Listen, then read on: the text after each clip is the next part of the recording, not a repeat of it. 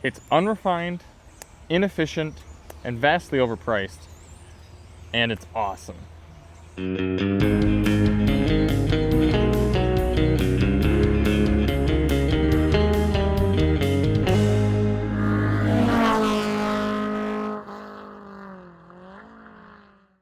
Hey everybody, it's Charlie from Daily Motor, and today we've got the review of the 2020 Subaru WRX Series.White. And this is a mid-level WRX premium with a whole bunch of go-fast bits, not related to the powertrain. That's still the standard 2.0 liter turbocharged inline-4, putting out 268 horse and 258 pound-feet of torque. But with the Series.White package, you get these cool bronzish wheels with Brembo brakes and Bilstein dampers in there, really making this car feel more capable than any other WRX you've driven stock. Also comes in this very nice white paint, which we've managed to get a little bit dirty here with this rain. As you see, it's been wet around here the last few days. Now, the WRX falls into the sport compact category. Other cars like the GTI, GLI, Veloster N, Civic Si, and Type R. But with its all-wheel drive and Boxer 4 engine layout, it's a little different than anything else in the class. It's also sedan only, to the dismay of some older WRX purists. We've been having fun driving it around and maybe falling a little victim to its charm. Part of that charm is shown in here. These nicely accented red and Alcantara seats. Pretty good amount of room back here for this class. A little tight on headroom, being 5'10", but my knees have plenty of room, knees and feet. Seats are decently comfortable. Recline is at a decent angle. Nothing too fancy back here though. No power points. The only two cup holders are found here in the center. Flip down. They are grippy, so that's nice. Very quiet. Other than that, you don't even have dome lights up here. Let's check out the front where the WRX is meant to be enjoyed. Definitely a little more going on up here. Still pretty basic though. You can feel some of the materials are just basic cheap plastics. Even though there are a good amount of plastics around, that's never usually a big deal for me. And certain things that you have to touch regularly still feel good. The shifter feels nice, start button, controls, window controls, etc. It's just pretty basic when it comes to features. Forget wireless device charging, you don't even have USB ports up here. You only got two USB-A's within the center console here. The very low center console doesn't really work as an armrest. It's kind of just there. We've only got single zone automatic climate control.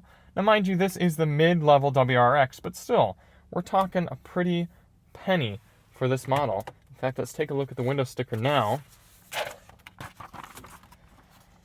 $35,259 for this model. But that Series.White package does cost $4,200, giving you the Brembo brakes, the Bilstein dampers, the ultra suede trimmed recaro front seats, no moonroof with the Series.White version, and some LED lights and power driver seat, a few other options there. But you're not getting the decent sound system, and this sound system is actually pretty darn awful. Check out the link in the description for the full review if you want to know more about that one. And overall, compared to some of its competitors, it just feels pretty Spartan in here. But that's not really what the WRX is intended about. It's not meant to wow you with interior features. It's meant to impress you with its driving dynamics. So let's listen to that weird starter and get going here. Now, it takes a little while, just like most manual cars, but especially here in the WRX, it takes a while and a very patient, calculated foot to drive it smoothly. You see, we're greeted with just a basic 7-inch touchscreen here, very similar to other Subarus, just a little bit more compact.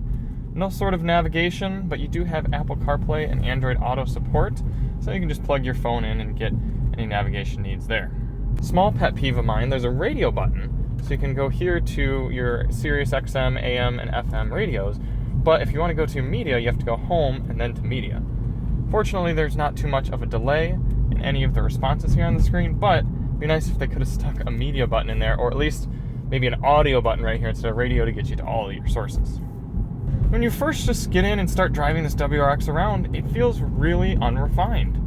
The ride is firm, not quite crashy, but definitely, you certainly feel that you're in a sporty car. The engine is the opposite of linear. Between shifting manually and dealing with this big amount of boost from this large single turbo, it's difficult to just finesse this car at slower speeds. Shifter does have a nice throw. It's a little long, but not in any sort of bad way. It's almost satisfying. It's a good length, good feel of the shifter. It's no Honda, no Miata, but it still works.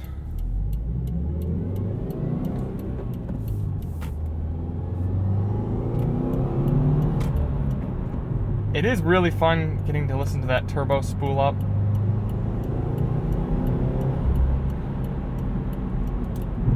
Don't worry, this light's going to be green.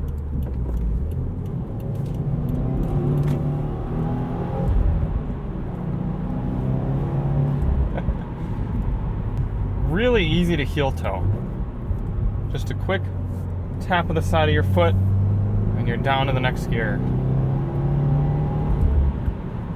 The engine's really responsive above about 1500 RPM all the way up through the rev range. When you're first getting going from a stop, it feels a little lethargic. I'll show you when I'm stopped. If I just blip the throttle, kind of try to rev it up in neutral, it takes a second. But once it gets up over, like I said, about 1500, then it's really happy to rev. So we're cruising in 6th right now. Go down to 4th, little tap of the throttle, and it's right there. Really easy to rev match.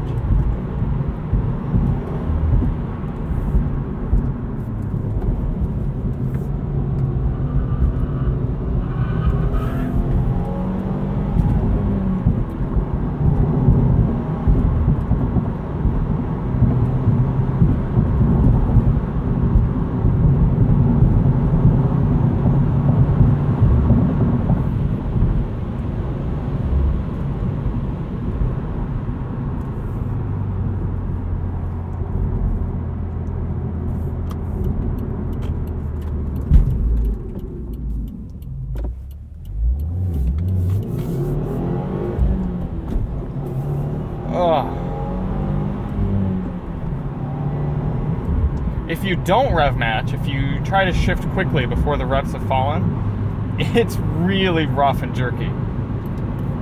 I'll show you coming out of this corner.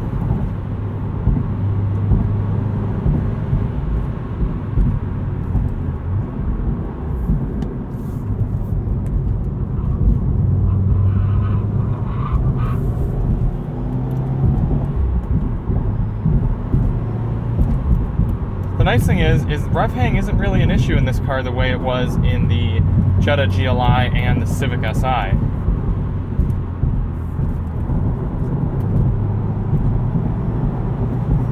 Steering wheel has a really good feel to it as well. It's nice and small. Just feels like you can toss it around pretty easily. This section of road is typically really rough, and it kind of showcases that while the suspension is firm, it's not crashy. I'm not being violated by these bumps, I'm just noticing them all.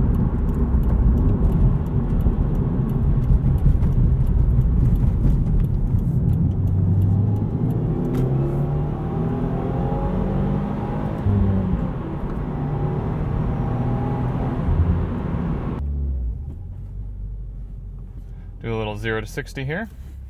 Go traction control full off.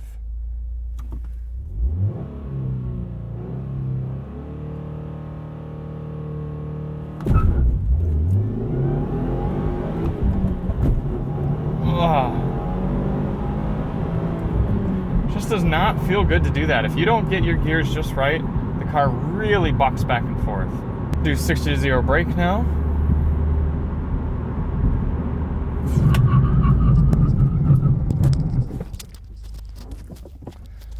Seems fine enough.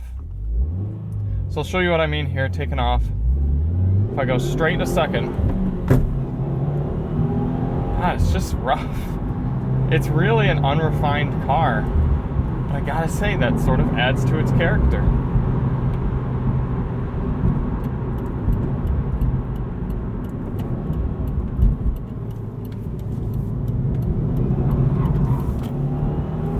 tires could also use a little more grip. We're dealing with Dunlop Sport Maxes, and it just feels like they give up a little easy.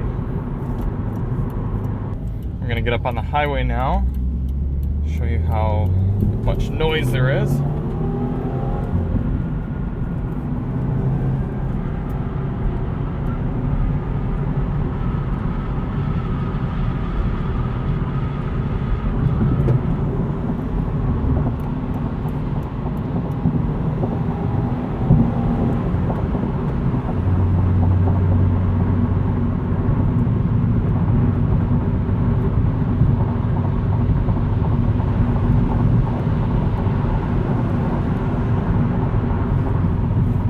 This is a particularly noisy section of highway. It's concrete, but still, you can hear how much road noise is intruding. Engine noise isn't really noticeable. Did the 100-mile highway fuel economy test on this last night. It was just the road noise that got old. Wind noise isn't bad. So it's also possible that some other tires might be a little bit quieter, although it's likely just a lack of sound deadening. No adaptive cruise in the Series.White.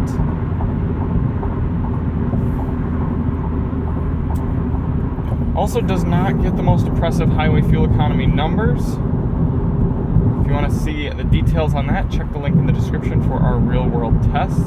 But it was a long way off from the Jetta GLI, which is doing less power and not all-wheel drive. I understand that, but still something to consider for most people's driving. Now, if you got behind the wheel of this WRX Series.White and just drove it on a standard test drive through normal city streets and typical roads, not even bringing it close to its limit, you would think this car is vastly overpriced. It would feel rough, Spartan interior, missing out on a lot of features. It's a little dated in the design. You'd be like, why in the world would I buy this car? It's not until you really get on it and you really experience what the suspension provides, what the braking provides. It's not until you really wring this engine out, and not only just in a straight line, but you feel how much power there is and confidence pulling out of a corner like that, and the torque built up from the turbo. You really load up the suspension, and you're rewarded with this wonderful steering feel and firmness and confidence in these Bilstein dampers. You knock off a few perfect downshifts as you come into a corner. Right here, I'm gonna just a little tap, load up the side. Get the confidence of the all-wheel drive pulling you out. When you're driving like that, you don't care that the engine has odd dead spots and surge joint areas, and you don't care that it whacks you back and forth when you don't perfectly match second and third. You don't care that you have to wait a second or two for the turbo to build in and give you a wave of boost. You're just happy to be driving. Subaru put themselves in an interesting position with this car. You're spending nearly STI money for a car that's missing a lot of features and missing a lot of performance, at least engine performance, that the STI would give you, the Civic Type R would give you, even the Veloster N would start to give you.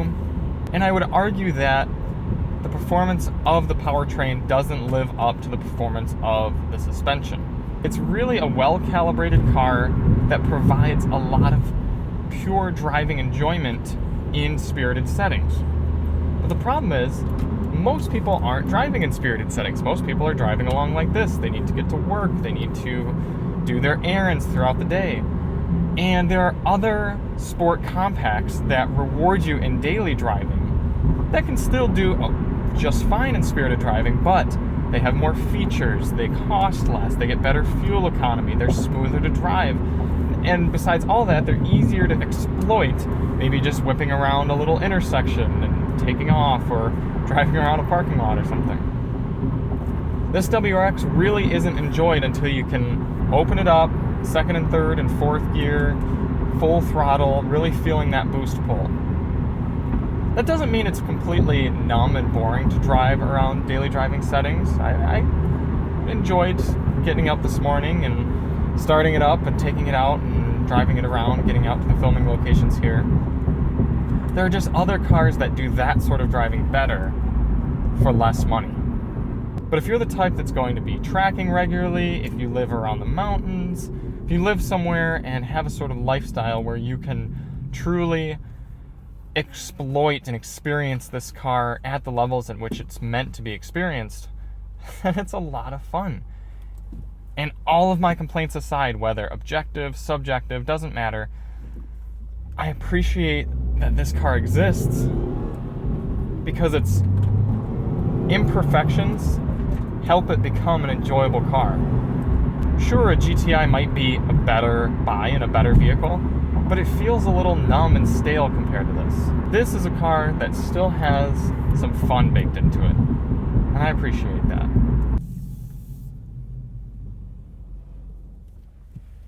Backup camera, decent little resolution. The lines don't turn with you while you're turning the car though. Bit of a disappointment, but not the end of the world. There you have it. The WRX Series.White. A charming little sport compact for a very specific buyer. Take a look at the Boxer 4 engine here.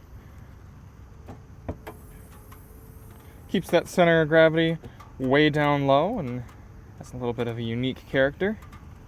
Let us know what you think about this car. Are you a WRX purist? Do you think the WRX is still relevant here in 2020, or is it in dire need of a refresh? I don't know. I'm on the fence. I could definitely still see the appeal of buying one new here today, especially if you're willing to do a few mods. You can do a lot to wake this car up with not much effort. Thank you all so much for watching. If there's more you want to see on this car, check the links in the description for our audio test, as well as our highway fuel economy test. Hit that subscribe button, like all those good things, and we'll see you on the next one. I'm Charlie from Daily Motor, and as always, drive on.